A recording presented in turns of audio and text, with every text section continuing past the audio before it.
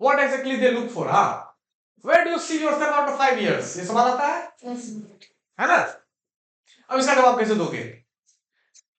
Do your expectation align with what employer can provide?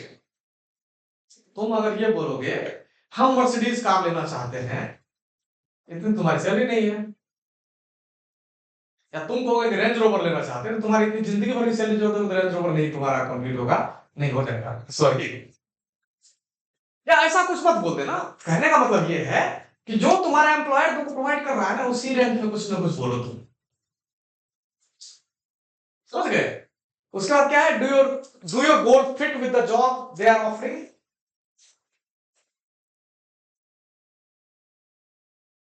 Check करना चाहते हैं, मान लो तुम्हारे सपने बड़े हैं, तुमको दुबई में घर खरीदना है, और तुमने बोल दिया ये बात, और उसको पता है कि उसकी कंपनी में जो चीजें दी जा रही है वो उससे ये नहीं होने वाला है, तो वो तुमसे इंटरेस्टेड नहीं होगा फिर, तो वो समझ जाएगा ना, ये अननोइंगली ये समझ जाएगा कि ये लड़की, तुमने तो बोल दिया, तुमको लगा रहे तो बड़े सपने बताए हैं, ये हम पे इंटरेस्टेड हो जाएगा, लेकिन तुमने एक ऐसा बात बोल दिया है वो अब अनइंटरेस्टेड हो जाएगा, क्योंकि तुम्हारा जो गोल है उसको पता है कि इस काम से तो पूरा होगा नहीं, छोड़ भागेंगे नहीं। उसके बाद do you really see yourself at the company in next 5 years? Find out why.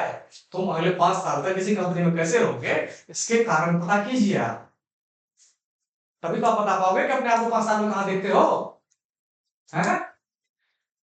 Do you have a sense of ambition or drive? समझ गए? And what are your interests?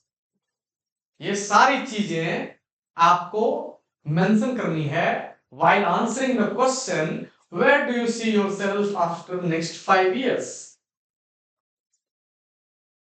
Approach कैसे होना चाहिए? Think about how your goal fit with the job description. Hello?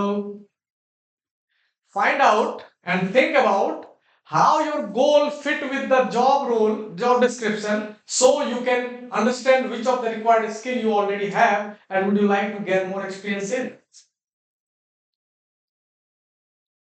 समझे आप? नहीं समझे? नहीं समझे, और कोई नहीं समझा? कोई बात नहीं। Think about how your goal fit with the job description। सबसे पहले ये पता कीजिए कि जॉब डिस्क्रिप्शन में जो चीजें थी क्या आपके जॉब रोल को सूट करता है।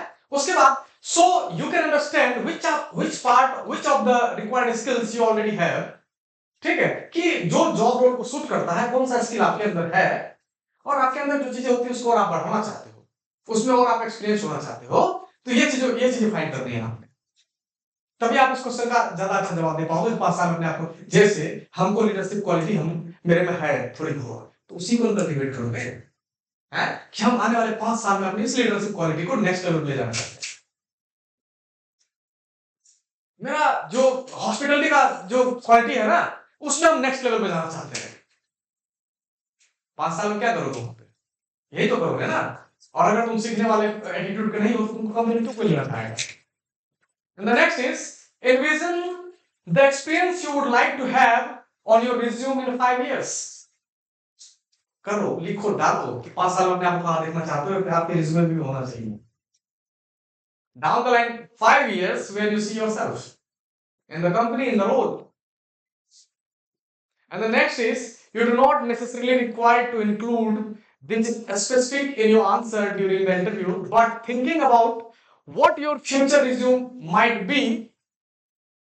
look like can help you shape your response. अगर तुम मान लो अभी नहीं ऐड कर रहे हो, ठीक है, अभी नहीं ऐड कर रहे हो, आने वाले 5 साल के बाद जो तुम्हारा रिज्यूमे होगा, जो तुम्हारा सीवी होगा, वो कैसा होना चाहिए, तो तुम अभी से नहीं कर सकते हो कि आज तुम्हारा एक्सपीरियंस नाम का कुछ नहीं है, लेकिन 5 साल के बाद तुम्हारा एक्सपीरियंस का ही एक पेज होना चाहिए।